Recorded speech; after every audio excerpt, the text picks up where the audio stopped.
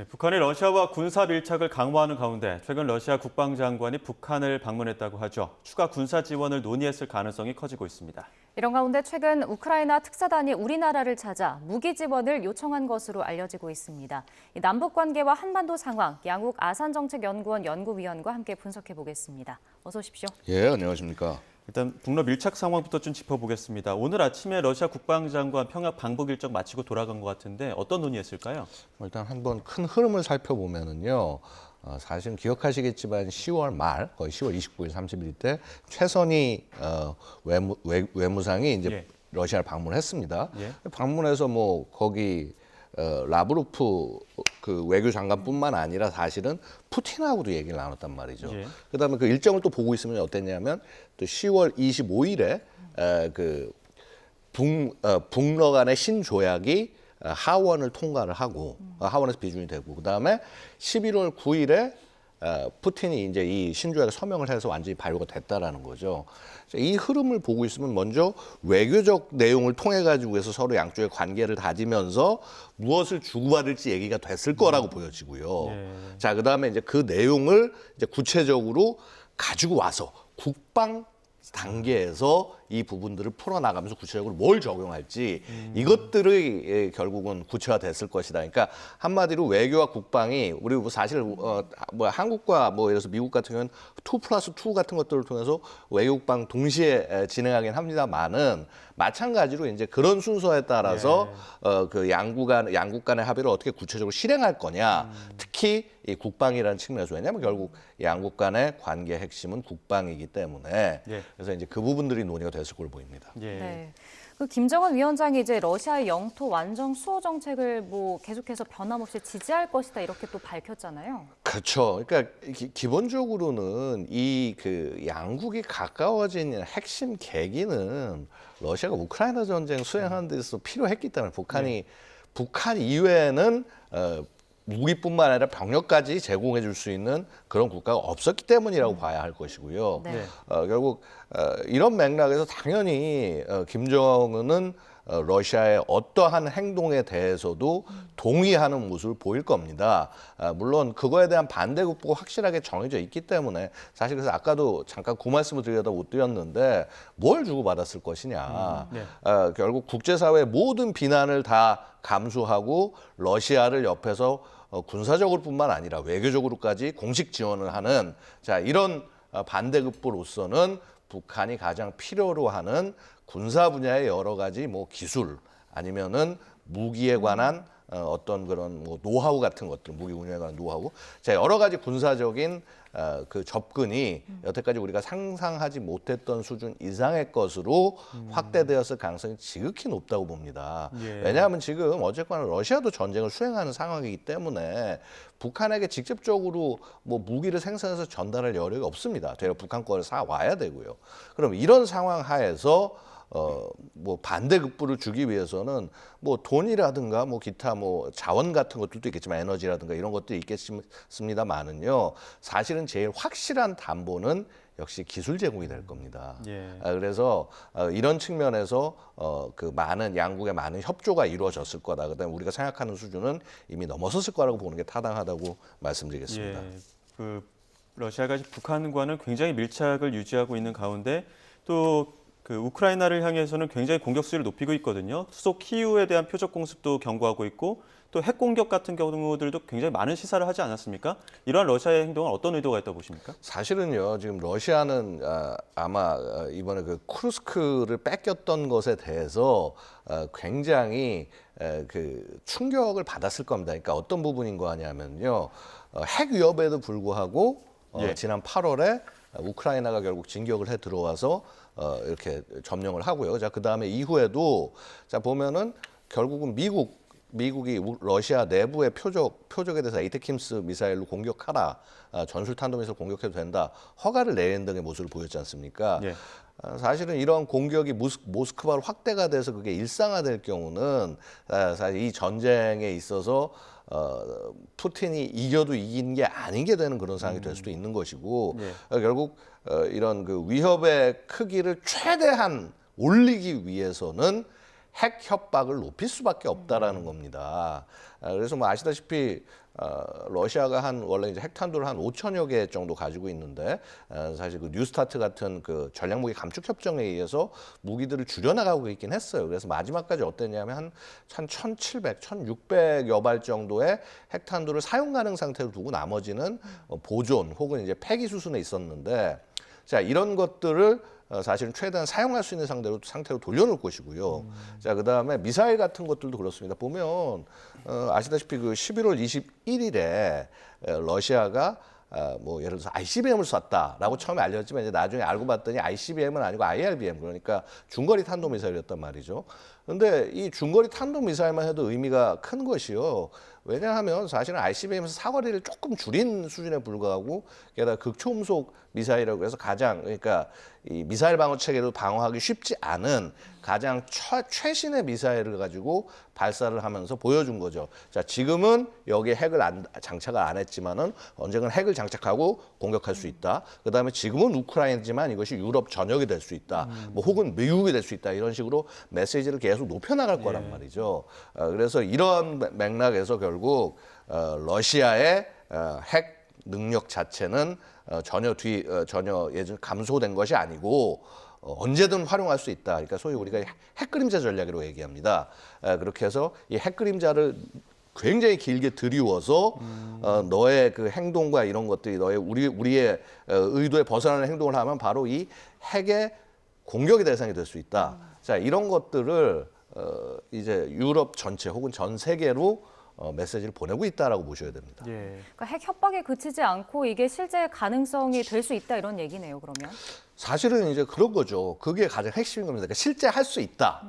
실제 쏠 수 있다라는 것이 이게 위협이더라도 사실은 그 위협이 실제 같아야지 그게 실제 의미가 있지 않겠습니까? 예. 그러니까 얼만큼 위협을 실질적으로 느끼게 만드느냐가 러시아의 전략이고요. 사실 이게 우리한테도 정말 안 좋은 것이 뭐냐 하면 바로 북한이 이런 러시아의 전략을 그대로 모방하고 있다. 그래서 2022년 뭐 9월에 그 핵무력 정책법 같은 것들이나 이런 것들을 나와서 굉장히 막 핵 사용 얘기하고 전술핵 사용 얘기하고 이러지 않습니까?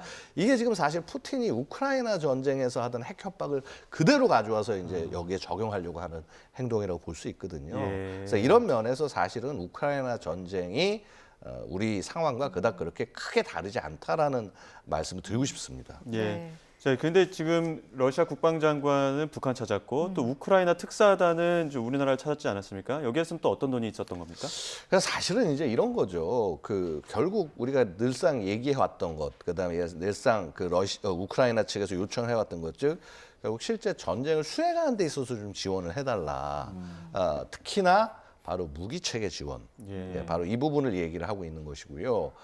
뭐 사실은 뭐 실질적으로 구체적으로 어떤 무기를 어떻게 제공해 달라라고 얘기했는지 공개는 안 했습니다만은 그간 젤렌스키부터 시작해서 여러 가지 우크라이나 측에서 얘기한 그런 내용들이 있습니다. 보고 있으면 뭘 우리한테 원하냐면 기본 탄약들, 그러니까 뭐 155mm 포탄이라든가 아니면 기타 여러 가지 그런 기본적인 그 가장 전선에서 많이 쓰이는 무기 체계들에 활용되는 탄약들.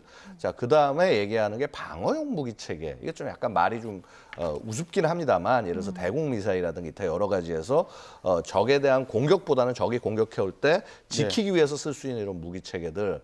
자, 사실은 이제 이런 것들이 우크라이나가 얘기한 것은요, 우크라이나 홀로 생각한 자신들이 필요해서 요구한 부분도 있지만은 그간 이제 우리 국내에서도 나왔던 여러 논의들, 그래서 이 정도는 지원해 줘야 되지 않겠냐라고 하는 그런 논의들을 보고 이제 또 제시를 한 거라고 볼 수 있습니다. 결국 여기에 대해서 이제 우리 정부는 사실은 이렇게 곧바로 뭐 무기를 주겠다 주지 않겠다라고 얘기를 하기는 좀 그렇게 사실상 좀 즉답하기가 쉽지 않은 상황은 맞습니다만은 자 어쨌거나 이 전쟁에 대해서 특히 우크라이나에 지원을 한다는 우크라이나의 입장을 응원한다는 이런 기본적인 방침에는 변함이 없지만은 구체적으로 어느 단계에서 어떻게 지원을 나갈지 이 부분에 대해서는 조금 좀 지켜볼 필요는 있겠습니다. 네. 네. 그 뭐 유럽연합에서도 지금 우리나라를 향해서 무기 지원 압박을 좀 강화하고 있는데 예. 그 영국 해외 정보국에서는 뭐 우크라이나를 지원하지 않으면 뭐 손실이 무한대로 높아질 거다, 뭐 북한이 대담해질 거다 이렇게 뭐 이야기를 했다고 하더라고요. 뭐 그거는 기본적으로 당연히 우리가 그렇게 판단할 수밖에 없는 내용입니다. 이거는 마찬가지인 겁니다. 유럽 국가들이 사실은 자신들이 러시아에 대한 대처를 소홀히 하고 우크라이나에 대한 지원을 그간 소홀히 했기 때문에 어떻게 보면 이 전쟁이 난 것이고요. 그래서 만약에 이런 상태가 계속된다면은 러시아의 앞으로 어떤 협박에도 유럽 국가들은 이렇게 쉽게 대응할 수 없는 그런 모습이 되는 거죠. 그걸 우려하는 것이고요. 네. 같은 맥락에서 지금 이 러시아와 같이 전쟁을 참전하고 있는 북한도 여기서 전쟁의 어떤 뭐 기술을 배워간다, 뭐 교리 배워간다, 이것도 굉장히 사실은 중요한데 더 중요한 것은 뭐냐 하면 김정은이 바로 이런 푸틴의 행보를 통해서 이렇게 그야말로 그 앞뒤를 재지 않고 굉장히 이렇게 저돌적으로 그다음에 공세적으로 움직일 경우는 소위 이런 민주주의 국가라고 하는 나라들을 움직일 수 없구나. 이런 것들을 배울 가능성이 높다라는 것이죠. 그래서 예. 늘상 우리가 이제 우려하는 부분들이 그런 겁니다. 이제 우리 평화 얘기하면서 당연히 이제 충돌을 피하는 것이 너무나 당연한 접근입니다만 간혹 이제 그 굉장히 위험한 지도자, 자, 예를 들어서 우리 20세기 초중반에 히틀러 같은 인물들이 나왔을 때 이것을 대응하지 못한다면 결국 어떻게 되느냐? 계속적으로 연쇄적인 분쟁과 세계 대전에 휘말릴 수 있지 않겠냐, 이제 이런 것이고요.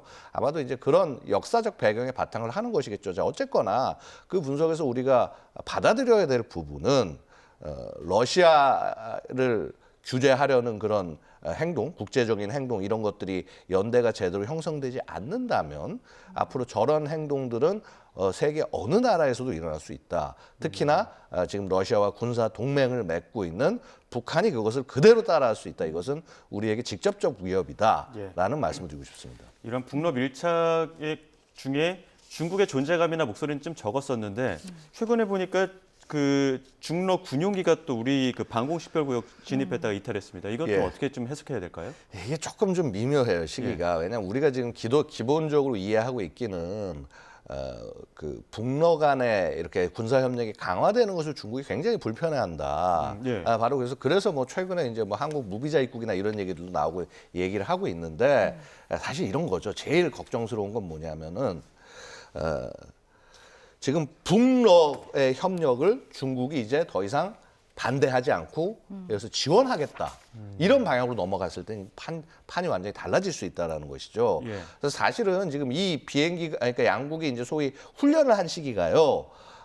이 아마 그 러시아 그 국방장관이 방북하던 그 예. 시기와 맞물려 있는 걸로 보입니다. 예. 즉 이렇게 비행기가 평양을 향해서 날아가는데 양쪽에서 중러 양국이 공동 훈련을 실시했다. 이거는 어떤 의미로 연결이 될 수 있냐면 최소한 이제 그간에 알려진 것과 달리 북러 군사 협력을 중국이 반대하는 게 아니다. 그러니까 우리도 일단 여기에 대해서는 그렇게 크게 반대하지 않는다. 근데 지금은 이 메시지가 이 수준이지만 이것을 뛰어넘어서 우리 협력한다, 같이 나간다.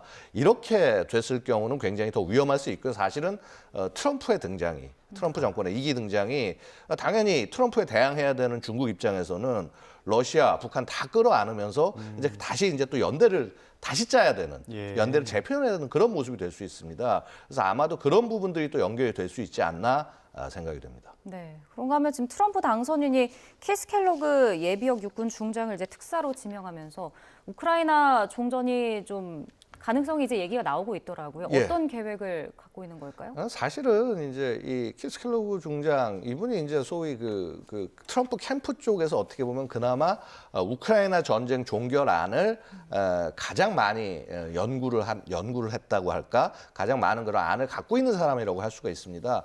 내용은 사실은 알려진 바와 같습니다. 기존에 우크라이나가 이제 러시아에 뺏겼던 영토 그거 전부 넘겨주고 그리고 이제 이 전쟁 자체를 정전을 하고 하는데 또 나토 가입은 좀 뒤로 미루고 한 20년간 미루고 그럼 그 사이에 안전 보장을 누가 해주냐? 미국이 해주는 방안. 뭐 아마 이제 이런 것들이 얘기가 나오고 있는 것으로 보입니다만은요. 네. 결국은 이제 양쪽이 다 이것을 받아들여야 되는데 푸틴 쪽은 사실은 푸틴한테는 별로 나쁘지 않은 내용이에요. 이 내용이. 근데 우크라이나 입장에서는 사실은 절대로 받아들일 수 없는 내용이 될 수 있는 것이고요. 사실은 그렇기 때문에 더더욱더 이 쿠르스크 쪽 지역에서의 전투 이것을 더 집중을 하고 있는 그런 모습을 볼 수가 있을 겁니다. 또 그렇기 때문에 러시아는 거기를 더욱더 찾아와야 되는 그런 상황이 되는 것이고요. 그래서 결국 이제 이 부분들은 아마도 이 트럼프가 집권하고 나면은 결국 예산이라는 방법, 그러니까 지금 여태까지 많은 군사 장비의 예산 지원을 통해서 우크라이나를 도와왔는데 결국 이것을 막거나 제한해 버리면은 우크라이나도 따라갈 수밖에 없는 그런 상황이 될 겁니다. 아마도 이런 것들을 통해서 조절해 나갈 가능성이 있지 않나 생각이 됩니다. 예, 참 이야기 듣다 보니까 상황이 복잡한데 마지막으로 질문 드리겠습니다. 그러니까 지금 북러는 밀착하고 있고 중국은 그냥 바라만 보고 있고 오히려 지금 인정하려는 듯한 모습도 보이고 있는 가운데 또 트럼프 당선인이 김정은 위원장과 직접 대화를 추진할 검토를 하고 있다 이런 보도가 나왔거든요. 이것도 어떻게 봐야 됩니까? 이거는 우리가 좀 조심스럽게 바라보셔야 될 것이 기본적으로 트럼프 당선인 그러니까 특히 집권 1기나 이때 모습을 보고 있으면은요. 예를 들어서 뭐 푸틴, 시진핑, 김정은 우리가 봤을 때는 굉장히 문제가 많은 이런 지도자들과 개인적인 친분을 자랑합니다. 근데 그게 이제 트럼프 입장은 이겁니다. 내가 여기들을 뭐 좋아해서라기보다는 이들과 친하게 지냄으로써 그래서 이들의 행동을 내가 전부 손안에 보면서 필요할 때 제어할 수 있다. 자, 이런 것이 트럼프가 내세운 접근 방식이었고요. 아마도 그런 방식이 반복될 가능성은 충분히 있어 보입니다. 그래서 다시 김정은과 좋은 어떤 관계나 이런 것들을 보이는 듯한 외양을 형성하면서 실제 움직임과 이런 것들을 막기 위한 조치들을 할 가능성도 있다. 그래서 좀 지켜볼 필요가 있겠습니다. 예, 알겠습니다. 여기까지 듣겠습니다. 지금까지 양욱 아산정책연구원 연구위원과 함께했습니다. 고맙습니다. 고맙습니다. 감사합니다.